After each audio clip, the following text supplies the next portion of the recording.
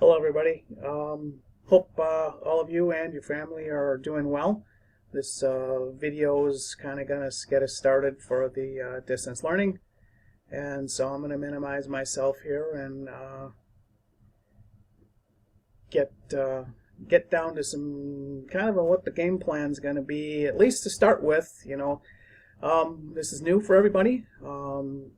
So we're going to have to kind of play it by ear a little bit and make adjustments as we go. So here we go. So following this distance learning 2020, we'll see what happens here. All right. So like I said, I'm not really sure how long this is going to last.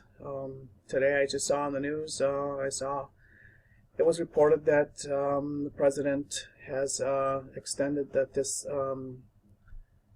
minimum safe distance requirements or whatever to be through the end of April.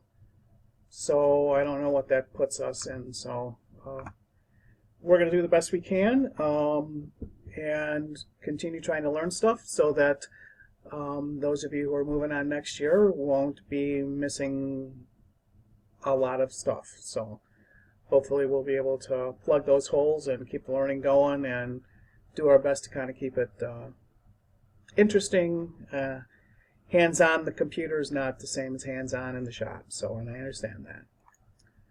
So you all should have gotten communications, probably more than you care to. Check your email if you haven't. But anyways, there's a website here for the school district, and this is where there's all kinds of information, support, assessment, reporting, and student attendance. That's where I want to start with this.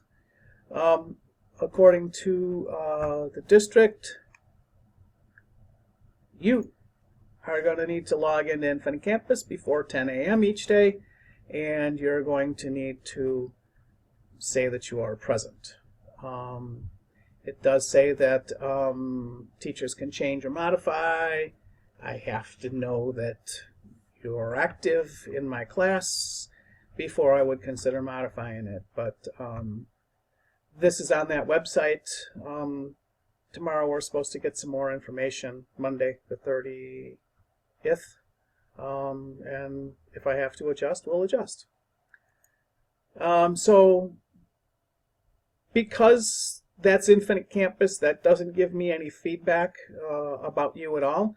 And while we're going about our distance learning and I post assignments and you submit them, there's going to be times you're going to have questions. And so I'd like there to be an easy way for this to work. So what I've done is I have created, and there'll be an attendance tab. We're going to use Google Classroom. Okay, but there's going to be an attendance tab, and in that attendance tab is going to be a daily journal submission. And on this daily journal submission, this is going to meet my daily attendance requirement. So I'm expecting you to submit this journal. Okay, what it is it basically is your name, the date, and a little bit of feedback, a comment. Hey, I read chapter 3, pages 7 through 15, bored out of my skull. Whatever. Okay, something, oh, hey, gee, I didn't know that Emil did that.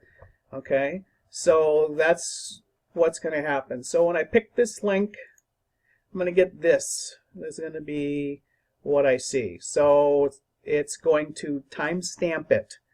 So I know there's some advanced students who already thought, sweet, on Friday I'll just boom, boom, boom, knock out 5 of them.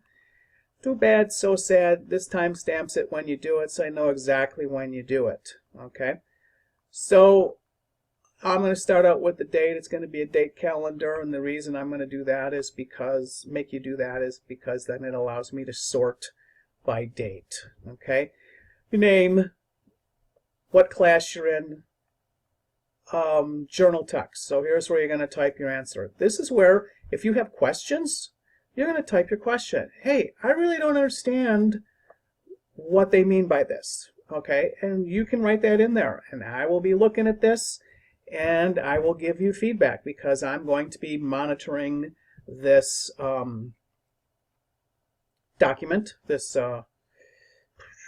this form, because it's going to create a spreadsheet, and then I'm going to look at it. Okay.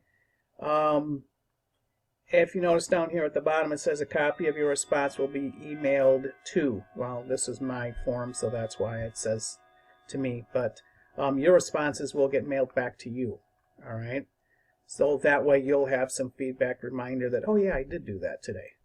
Okay. It is going to say that you've turned this in, naturally, because, and it's going to do it automatically.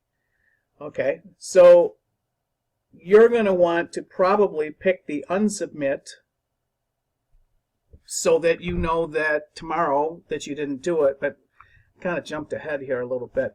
So it's going to show turned in. Let me do the next slide. Here's the form you're going to get sent to your email automatically that says that you filled out this form. Okay? I don't think I gave you the whole form. Nope, I didn't.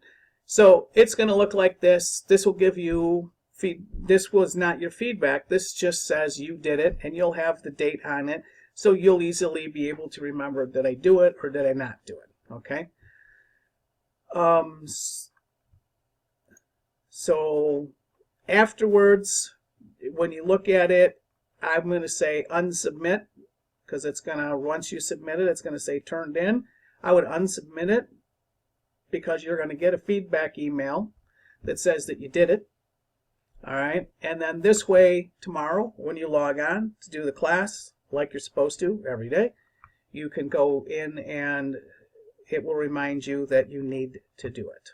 Okay, so as I said, I'm not sure how long we're going to be doing this. If it's right now, we were scheduled to return April 8th. I'm not sure if that's real or not, so I'm looking into several different options just in case. Because we don't want to be doing exactly the same thing the whole time.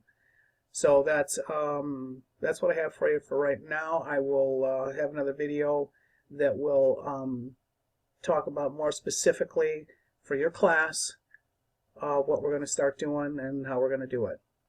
So until then, I'll talk to you later.